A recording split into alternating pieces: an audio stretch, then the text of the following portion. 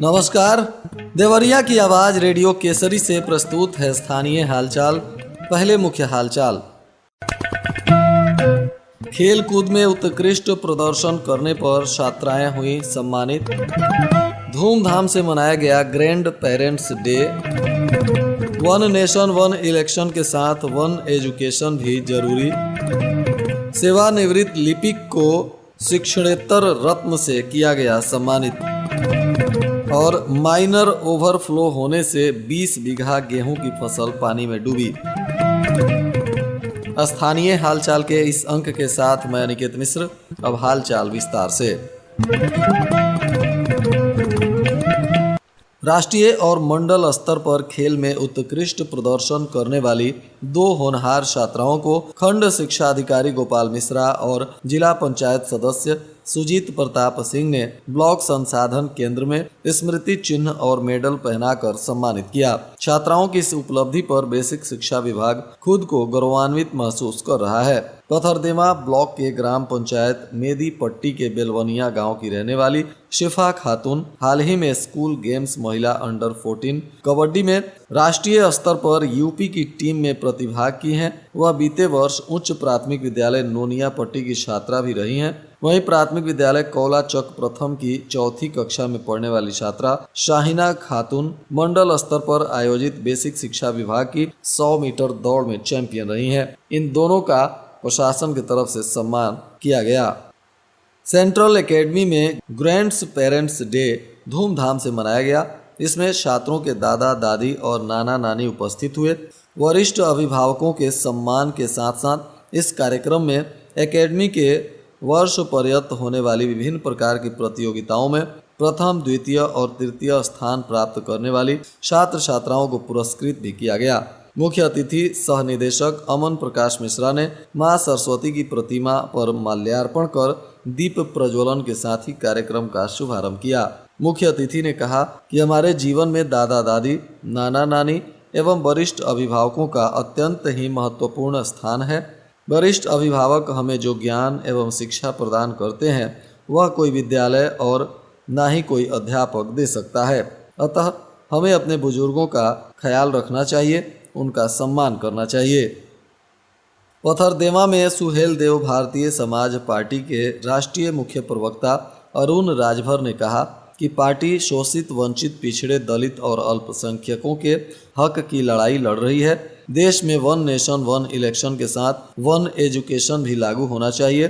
आज शोषित, पिछड़ा और दलित वर्ग सुबह सपा से जुड़ता जा रहा है। सभी पदाधिकारी और कार्यकर्ता आगामी त्रिस्तरीय पंचायत चुनाव की तैयारी में जुट जाएं। राजभर ने शनिवार को तरकुलवा के सोनौला रामनगर ग्राम पंचायत में जनसभा को भी संबोधित किया। उन्होंने कहा कि पिछड़े वर्ग के 25% और दलित के 22.5% आरक्षण में कुछ विशेष समुदाय पूरी तरह से काबिज हो गए हैं, जिसके चलते पात्र लोगों को आरक्षण का लाभ नहीं मिल पा रहा है। जो रोटी मिल बांटकर खानी थी उसको उसी वर्ग के कुछ विशेष समुदाय ने अकेले खा लिया और अन्य समुदाय इससे वंचित रह गए।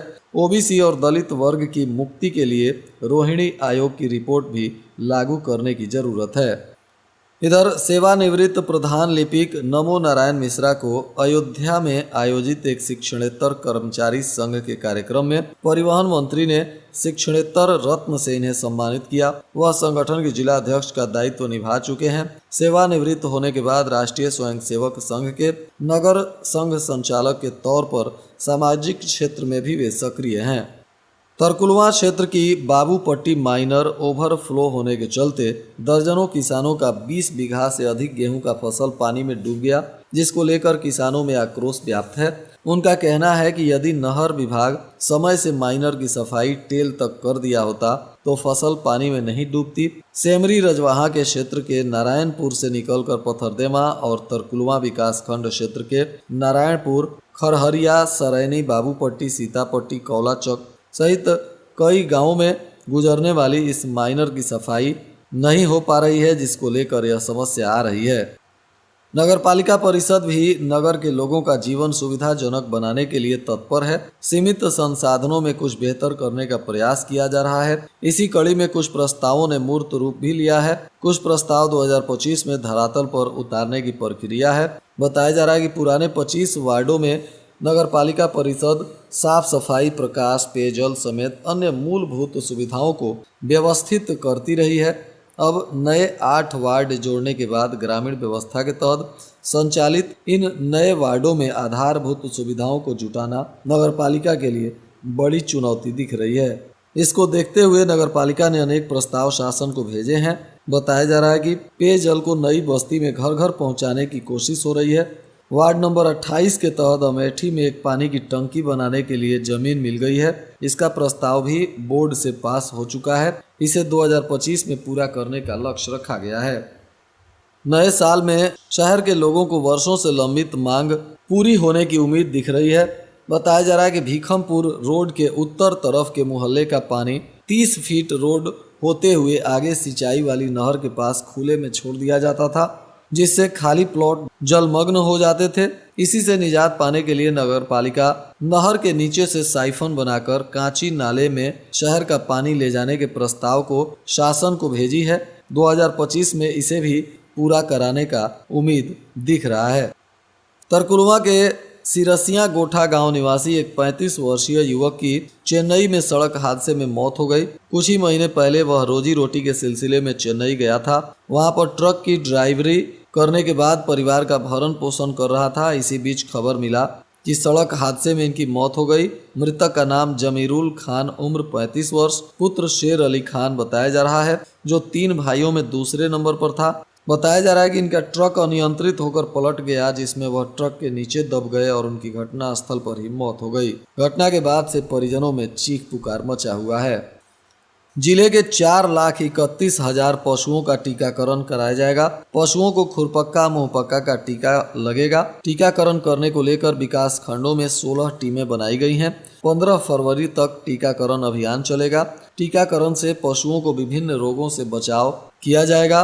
खुरपक्का, मुंहपक्का एक विषाणु जनित संक्रामक रोग है जो तेज बुखार, मुंह से लार गिरने और मुंह तथा पैरों में छाले जैसे लक्षण के रूप में प्रकट होता है। यह रोग प्रभावित पशुओं को कमजोर कर देता है, जिससे वे चारा खाना बंद कर देते हैं। दूध उत्पादन में भी कमी आ जाती है। इसी को लेकर टीकाकरण अभियान की शुरुआत की जा रही है।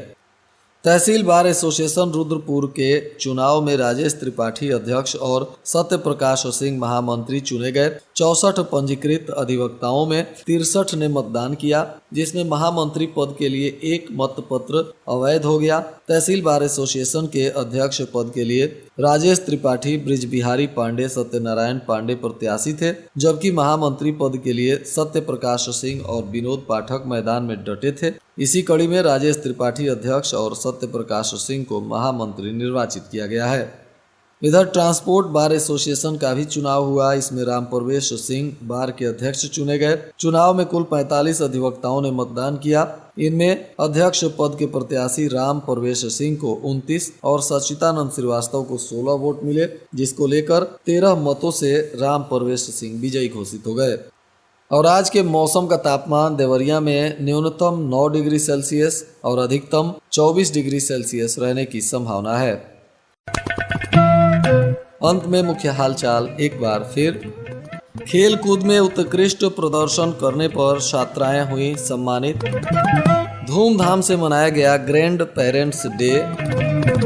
वन नेशन वन इलेक्शन के साथ वन एजुकेशन भी जरूरी। सेवानिवृत्त लिपिक को शिक्षणेत्तर रत्न से किया गया सम्मानित। और माइनर ओवरफ्लो होने से 20 बीघा गेहूं की फसल पानी में डूबी। इसके साथ ही रेडियो केसरी से प्रसारित स्थानीय हालचाल का यह अंक समाप्त हुआ। नमस्कार।